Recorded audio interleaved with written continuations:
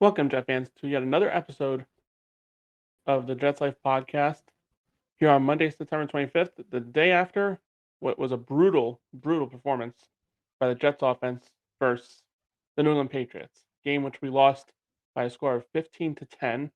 Um, you know, I feel like it's deja vu. Every time we play this team, it's really the same story. 15 straight losses after yesterday's loss.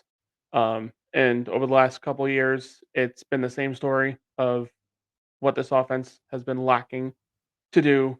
Um, it's just miserable. We lost the game to them last year by a score of 10-3. We lost the game this year now 15-10.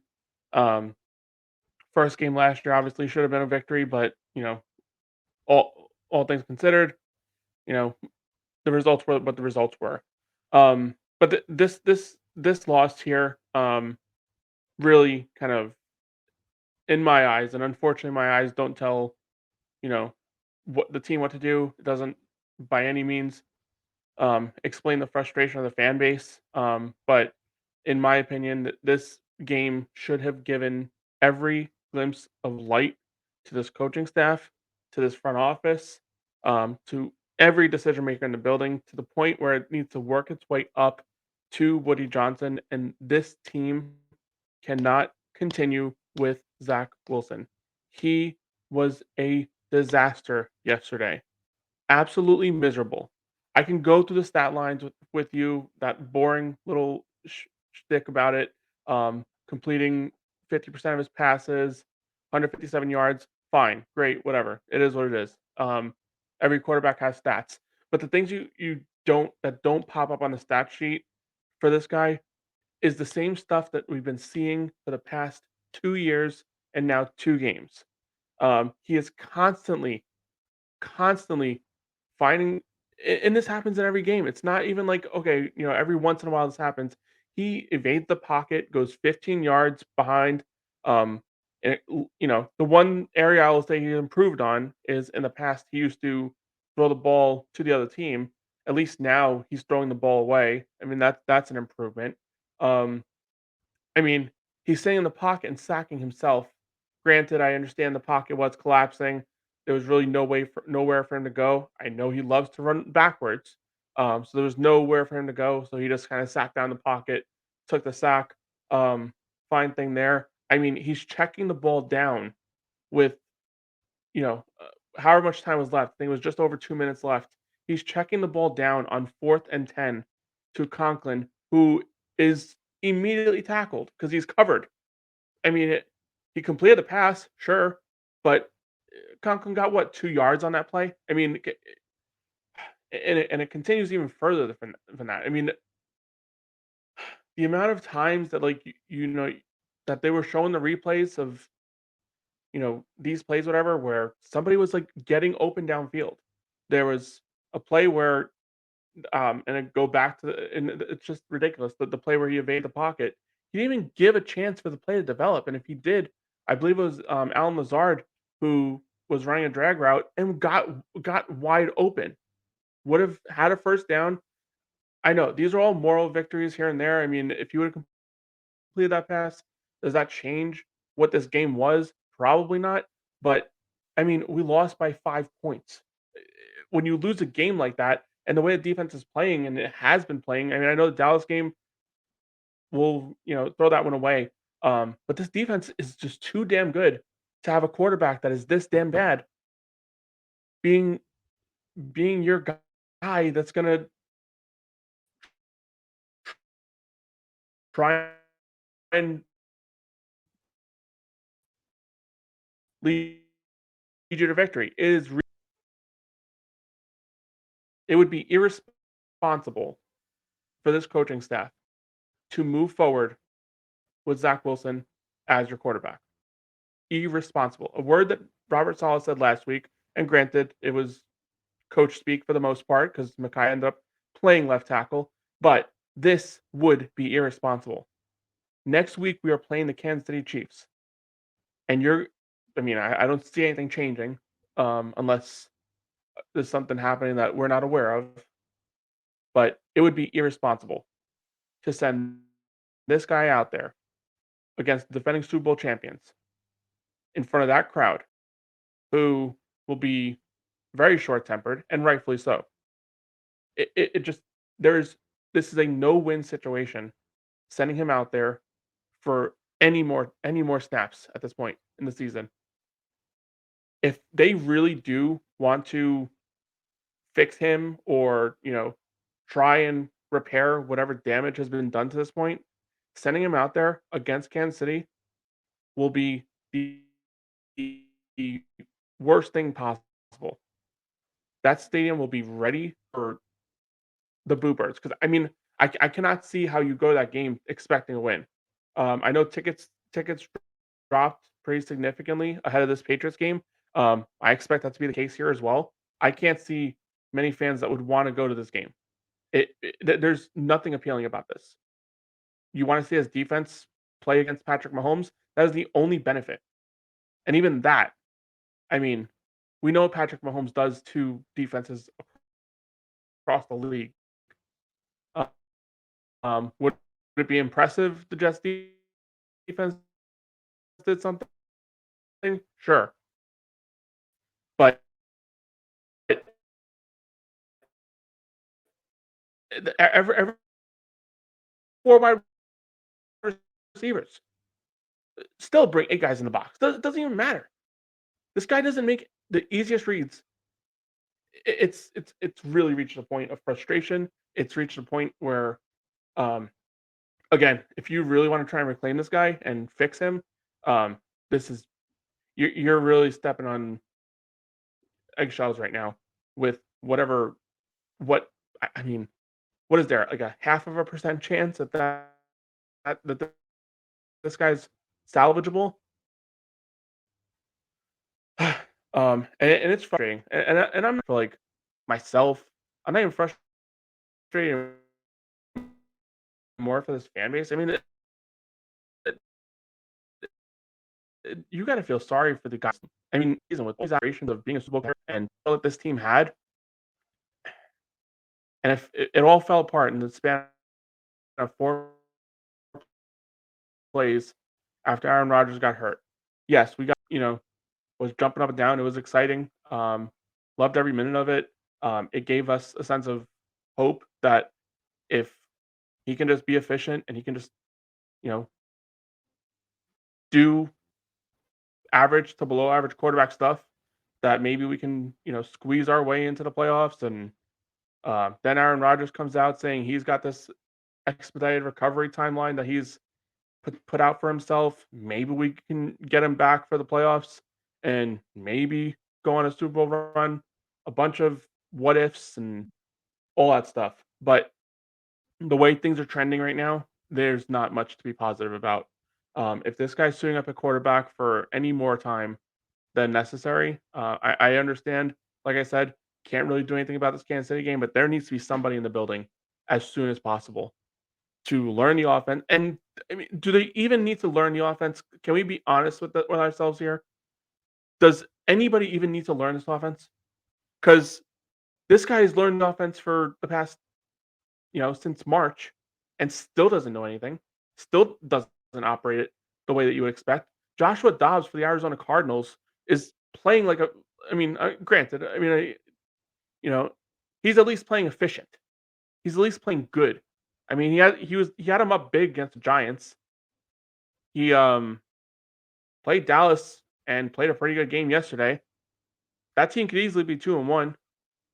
If you want to go to the Washington game or the first game of the year, I believe it was Washington. I mean, they had a chance in that game too,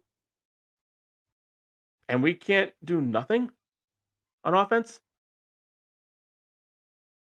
in the year 2023 when you have in the same time slot that we were playing, you had Miami putting up 70 points.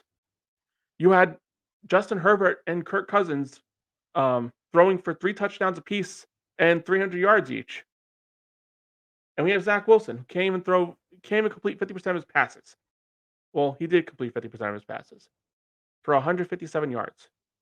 And that's inflated. He had one drive, that 80-yard touchdown drive, which, just what we needed, like a little glimmer of hope.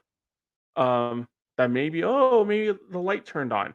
Nope, because the next drive was the 4th and 10 check down to Tyler Conklin, um, in a string where I think he went 6 straight passes without a completion. Just unacceptable. Um, it's frustrating. And then you have players after the game, like Randall Cobb saying it's on him. He dropped a Hail Mary. Come on. I know these players aren't going to point him out, and that's the right thing to do. But come on, you have all the accountability in the world from these players. Sauce Gardner saying um, we would have won if we didn't give up any points. Come on, I mean it's the NFL.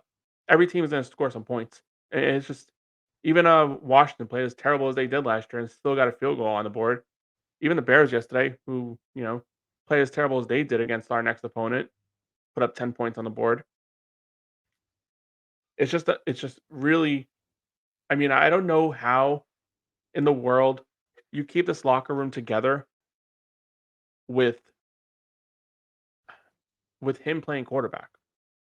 This team knows what they were capable of with Aaron Rodgers, and they now know what they already know what they were capable of with Zach Wilson at quarterback because they had it last year. They were 7-4 and lost the rest of the season because teams started playing the way that you need to play this guy. Put as many guys in the box. Do not let the Jets run the football. You know, we go to the offensive line and we've been, having our talks about them. And the offensive line didn't play perfect yesterday, but it wasn't nearly as bad as you would have as the outwards pitcher is going to tell you. This guy holds on to the ball for too long. So yes, the pressure is going to come. But you got guys getting open downfield and he's just not looking there. He's gun shy. I don't know what his problem is. It's all in his head. He's had 2 offensive coordinators now, and man, it's just when's he gonna learn, like, how to figure this stuff out? The one area I would say the offensive line struggled with is in the run game. I mean, yes, they did apply pressure. He did get sacked 3 times. Again, 1 sack where he sacked himself basically, just fell down in the pocket. But Breece Hall and Dalvin Cook, and this has a little bit to do with the play calling, in my opinion. How many times did they run the ball on first down? Um, you can't be predictable in the NFL. And they had a stretch where Dalvin Cook and Breece Hall had a little bit of run progression. That's probably where majority of their yards came from. But there was plenty of situations where it was 2nd and 8, 2nd and 9, 2nd and 10, eventually leading to a 3rd and 7, 3rd and 8. I mean, you cannot with this guy get him in those positions. If you want to be successful with this guy, get him into 3rd and shorts and just hope you can run the ball again, or a quick little pass play where the guy can catch the ball and get the first down yards because his downfield stuff isn't there right now. Um, it's just so frustrating. I mean, I had my podcast on over the weekend and I talked about his game against Dallas and gave some positives there, but man, was I mistaken.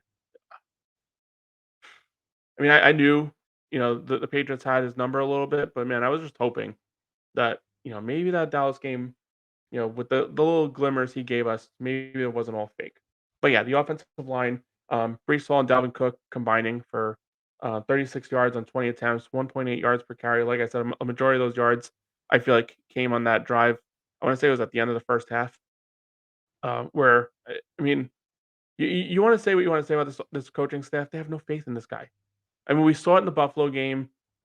Chance to win the game, 3rd and whatever it was, 3rd and 10, and instead of trying to get a completion and maybe get a first down, they said, "All right, we'll just draw it and try and have our defense win the game for us." Luckily, it worked out, but the game plan didn't operate the way it was because defense did allow the Bills to go down and kick a game-tying field goal. Luckily enough, we had the punt return touchdown in overtime, or else really, who knows what happens in that game as well. Could easily be looking at the barrel of 0-3, but we're not. We're 1-2, and should be better. Um, with average quarterback play, that would be the case, but unfortunately, we are begging for mediocrity with how bad this guy has been. Um, you know, can talk all day about this offense, but I'm about pretty sick and tired of it. Um, the progress of this offense is going to be majorly delayed until we get somebody else in here to try and steer the ship in some sort of opposite direction. Because the way I'm seeing it already, we're 1-3. Maybe we win against Denver, but then we play the Eagles. We're easily looking at 2-4. When I said last week 3-3 was a possibility, and the only way I really saw that being a possibility was a victory against New England yesterday. Didn't happen. Could we still win? I mean, it's the NFL, maybe, but two of the next three games are against Super Bowl. Um, the teams that played in the Super Bowl last year got our work cut out for us for sure. From a defensive standpoint, um, I mean, you can say what you want about this defense. I mean, the couple areas that I think that need to be drastically improved by the defense. Third down efficiency. We were definitely better in this game. 42%, 8 of 19. The Patriots were on third down. So we're definitely better in this game, but I think that's an area where we can still definitely improve. 42% isn't a terrible number. Would like it to be better. Would like it to be like somewhere in the mid to I mean, obviously as low as possible, but mid 30s would typically be a good area. 42% isn't terrible if your offense can do something. I said I was gonna stop talking about the offense, but here we are again. But yeah, 42% is not terrible, if your offense is doing something on the other side of the ball. 2 of 14 on third down is what Jets offense was able to muster. That's 14%. Um, it's just not sustainable. Um, I think we all know this. I mean, this defense is good. They're gonna be good. They're gonna keep being good. Um, but there's gonna come a point, unfortunately, like, I mean, if this trajectory continues where the frustration's gonna continue to mount, there's these players are gonna get sick of saying it's their fault when the obvious problem, the elephant in the room, is number 2, your number 2 overall pick. Um, it's just a sad thing to see is that this team is gonna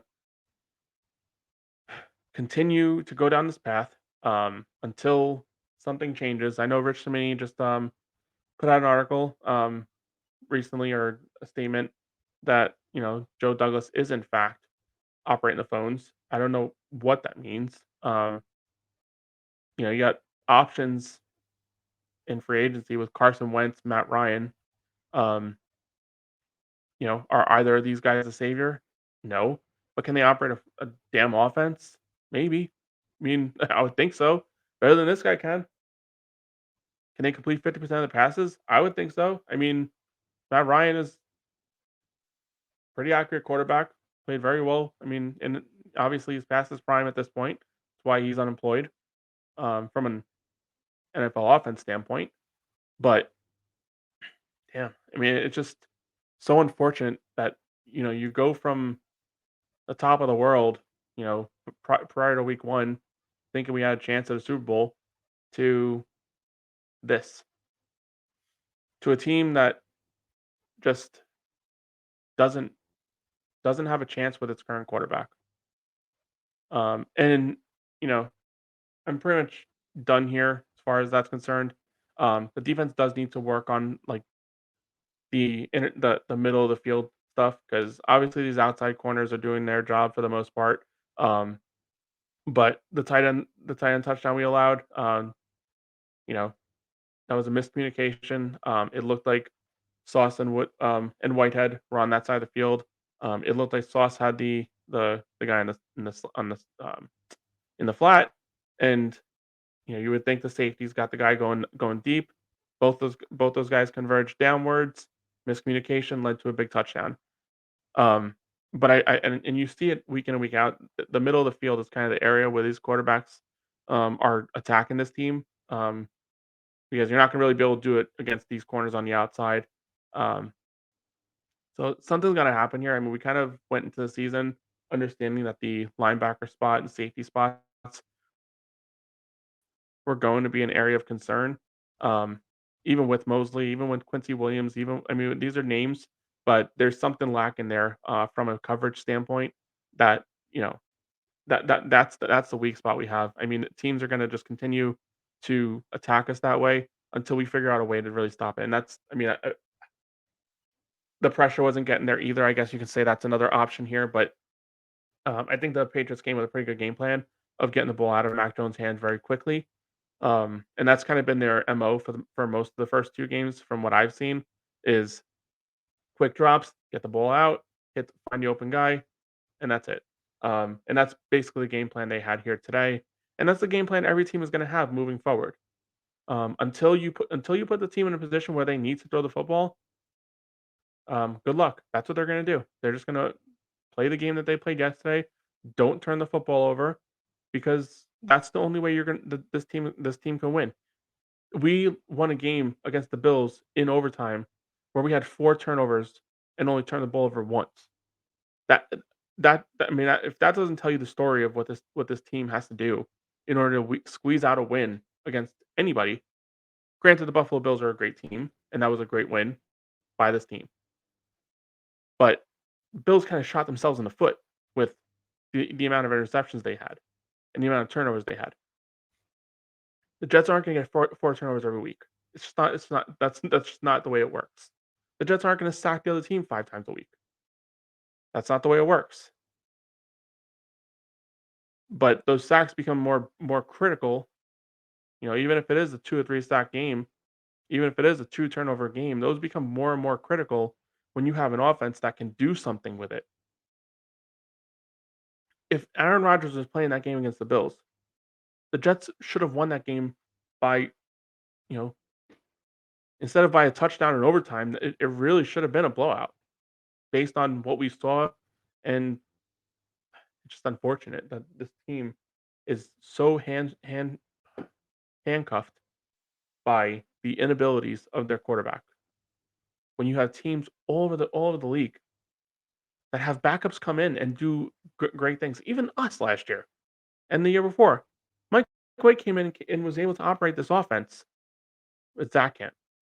The number 2 overall pick in the draft cannot. Really unfortunate.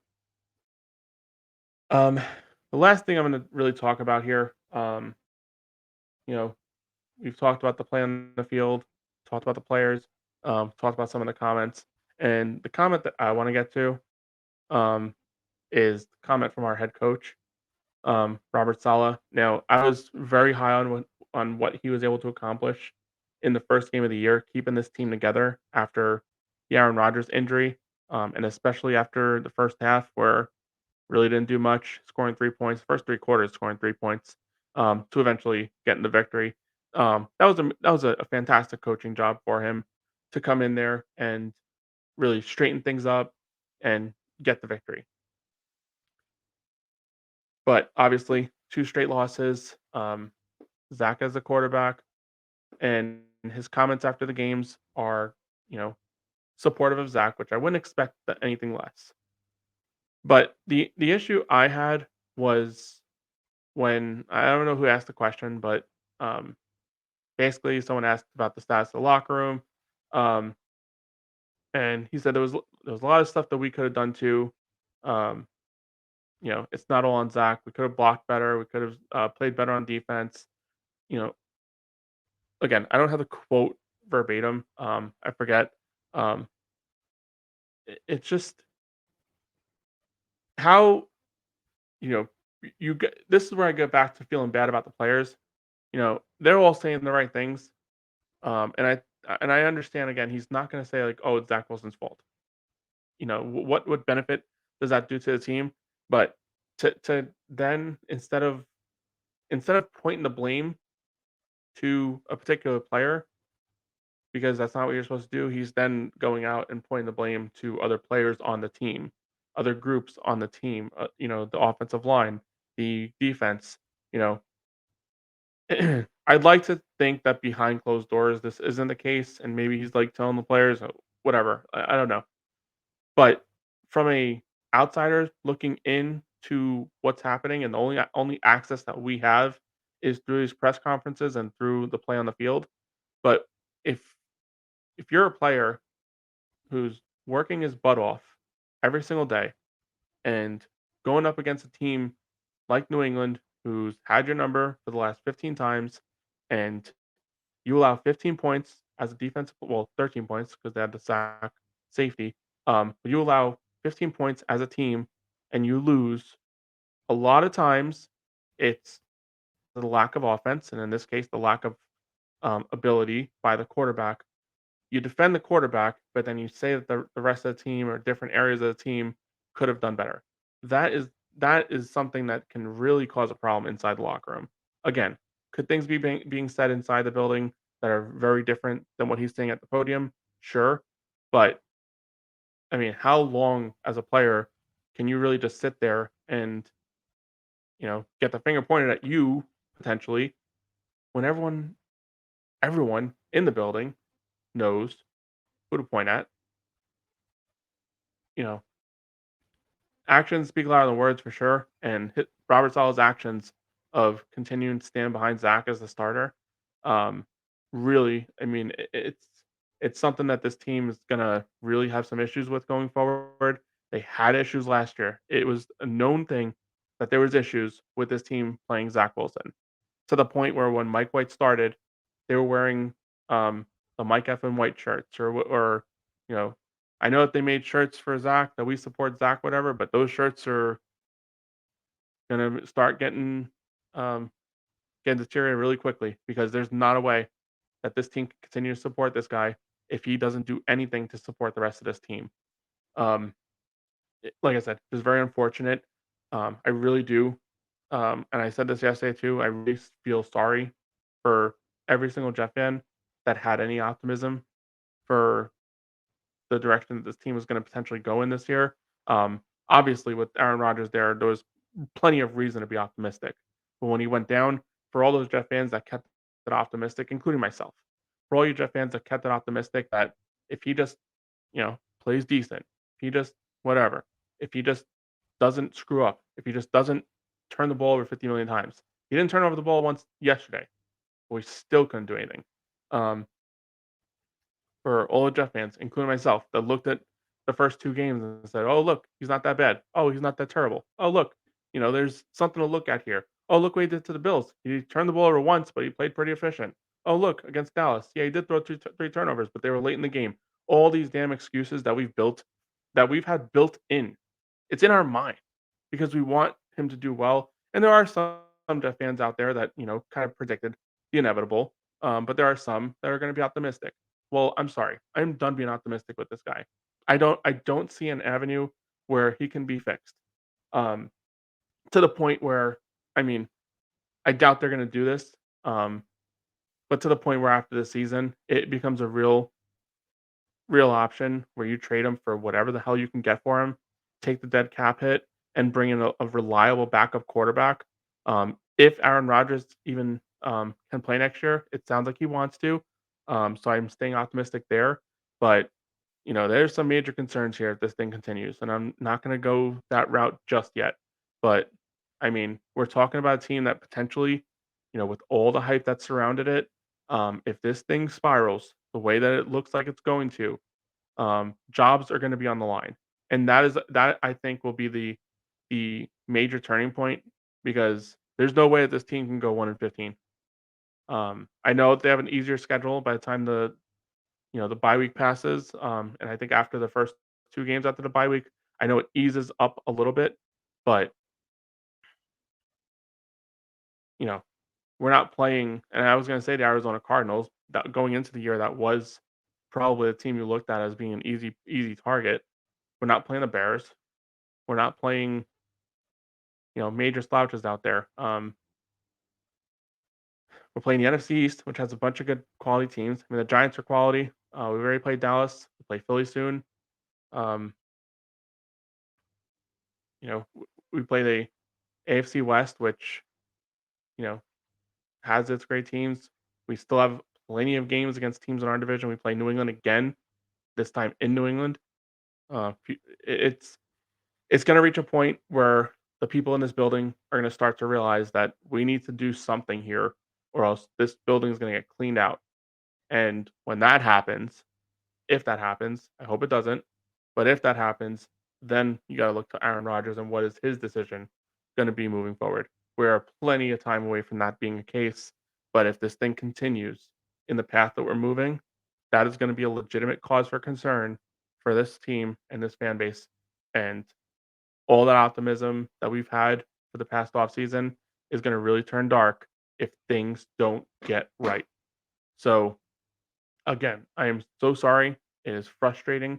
It is, just it's unacceptable that in the year 2023 that we had to pick two quarterbacks in the past, you know, in a span of four years. We picked two quarterbacks in the top three, and both ended up being failures. Both end up being disasters. This one worse than the first. At least, you have Sam Darnold, who at least gave us something to be optimistic about. Um, Zach has really just given us nothing. He had a good game against Tennessee his rookie year. He had a good game against Pittsburgh last year. He had an efficient game against Buffalo to start the year, where he didn't turn the ball over significantly. But the coaching staff also coached scared with him at the position. Jeff fans, I can't say it enough. I am so sorry that this is what we have to deal with. But moving forward, you would just only hope that this front office, and I believe that they do see what's going on, and I believe that they are working to try and figure something out. But something really should have been figured out the day after Aaron Rodgers' injury. This was malpractice to allow Zach Wilson to be your starter without any question of the doubt for the next 2 weeks. And now we go into Kansas City. He's going to be our starter, unless they pull the plug and put Tim Boyle in there, which I don't see them doing. Maybe Boyle comes in at halftime. If it's a lot of the same, I don't know the answer to those questions, but it's it's gonna get a little dirty unless we figure something out. Um, so yeah, sorry for this little negative broadcast here. Hoping that there's more positive to come. Hoping that there's some glimmer of hope that we can look forward to, even if it's the acquisition of players that are living on the streets. Joshua Dobbs came off the street, and Arizona's feeling pretty confident with what he's been able to produce. As they have their starter coming back at some point in the middle of the year.